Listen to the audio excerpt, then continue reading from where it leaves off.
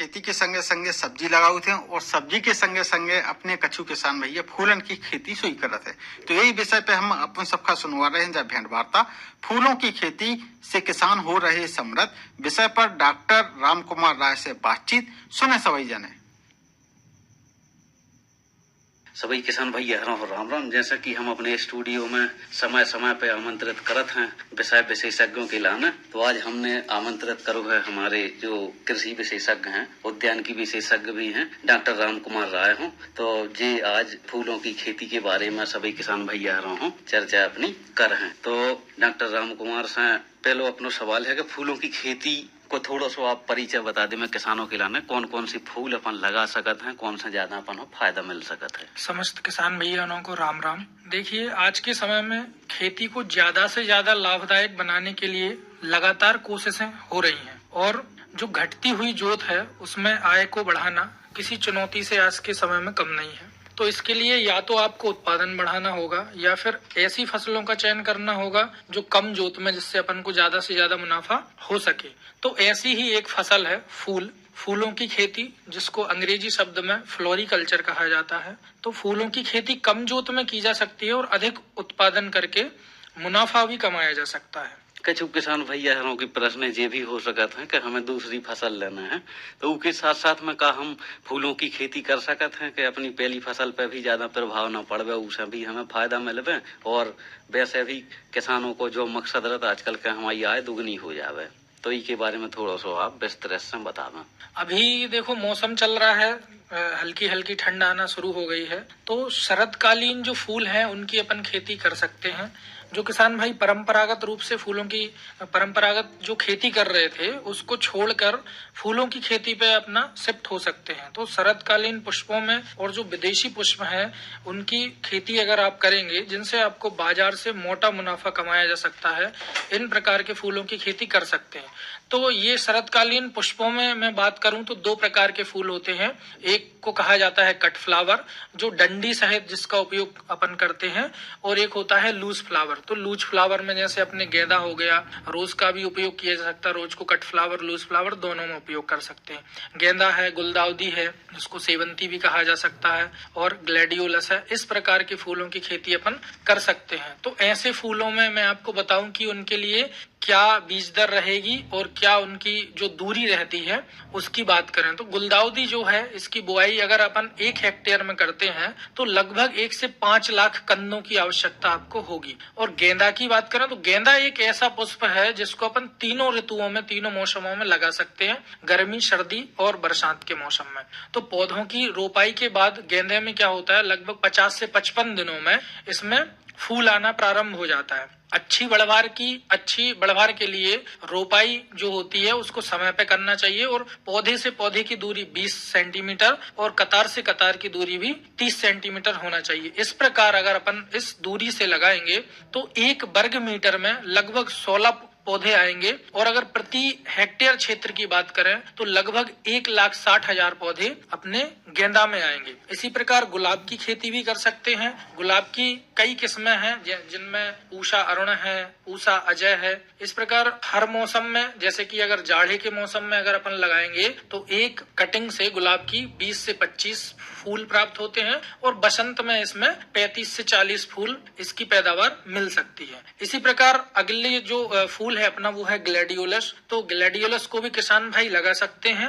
बाजार में इस फूल की काफी मांग बनी रहती है। इसमें भी जो इसका जो प्रसारण होता है वो कंदों के माध्यम से किया जाता है, जिसको सर्वप्रथम 2 ग्राम बाविस्टीन को लेकर 1 लीटर पानी में आप उससे 10 से 15 मिनट तक के लिए रखेंगे, जिससे उसका उपचार होगा।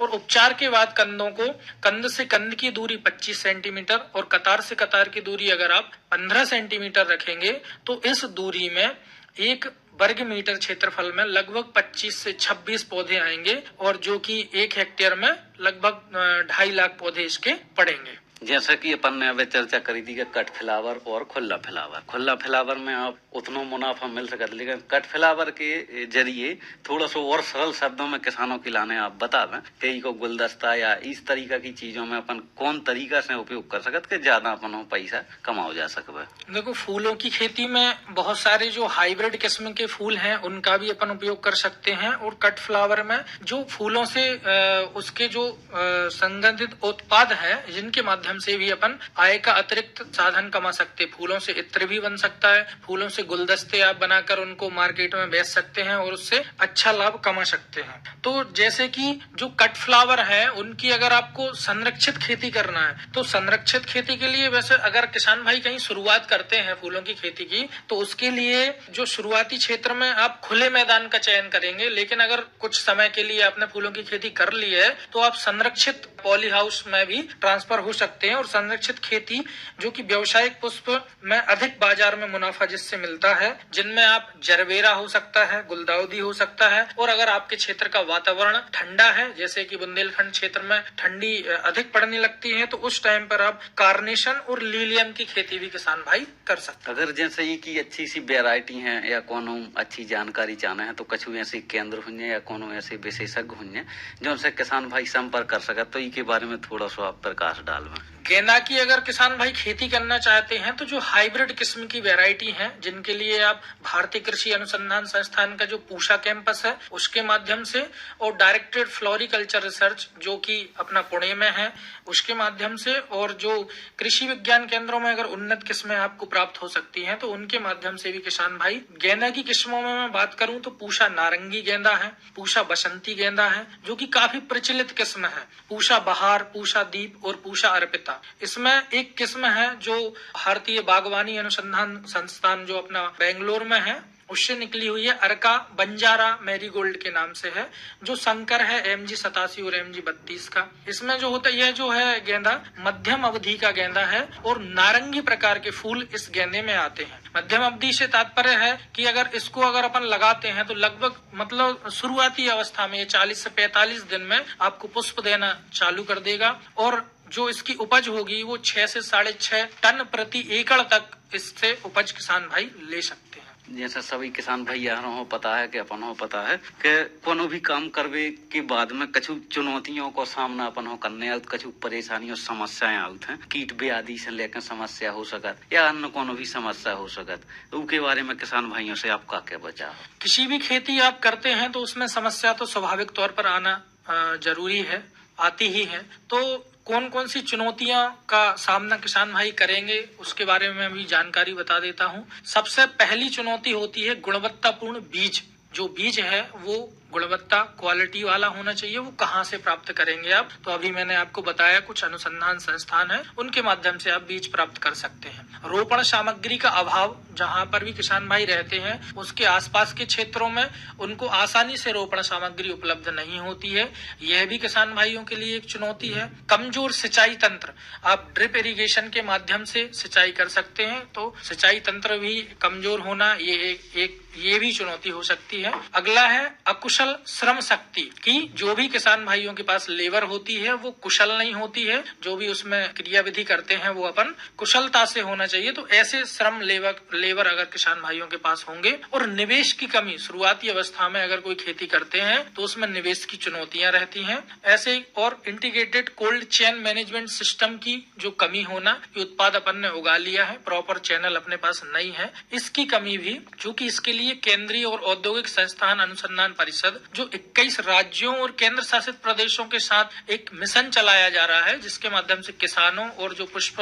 उद्योग की जरूरतें पूर्ण करने के लिए अथक प्रयास कर रहे हैं, उनसे भी जुड़कर किसान भाई इन चुनौतियों से पूर्णतः निजात पा सकते हैं। अब चलत चलत किसान भैया कोनो अच्छा सा संदेश देवो चाहत हो जो किसानी से संबंधित होवे तो आप दे सकत हो। फूलों की जो खेती है वो बहुत ही लाभदायक है। जो फूलों का आज वैश्विक स्तर हो रहा है उसके बारे में मैं थोड़ा सा प्रकाश डालना चाहूंगा। जो 1993 में फूलों की खेती का कारोबार लगभग 18 करोड़ था और 2014-15 के आसपास ये 4600 करोड़ तक पहुंच गया है। और अगर ऐसे ही किसान भाई अपना सहयोग देते रहे तो इस फूलों के व्यापार को 2030 तक 2030 तक 6 अरब डॉलर करने का अपना लक्ष्य है। मध्य प्रदेश की स्थिति की बात करें तो जो तीसरी पोजीशन पुष्प उत्पादन में रखता है, वर्तमान का जो पुष्प उत्पादन है वो 3.23 मिलियन टन के आसपास आज अपन कर रहे हैं। तो किसान भाइयों से मेरा अनुरोध है कि जो परंपरागत खेती किसान भाई कर रहे हैं उससे अगर आप थोड़ी सी जोत में भी फूलों की खेती की तरफ अगर अग्रसर होते हैं और फूलों की खेती को अपनाते हैं तो इसमें किसान भाइयों के लिए बहुत ही लाभ है। तो सभी किसान भैया हरें यदि इन सब बातों को ध्यान में रखें, किसानी अपना है तो सभी किसान भैया हरों जरूरी खेती में लाभ मिले है। भैया बहनों, अब अपन सबने सुनी भेंट वार्ता फूलों की खेती से किसान को हो रहे समृद्ध विषय पर डॉक्टर रामकुमार राय से बातचीत।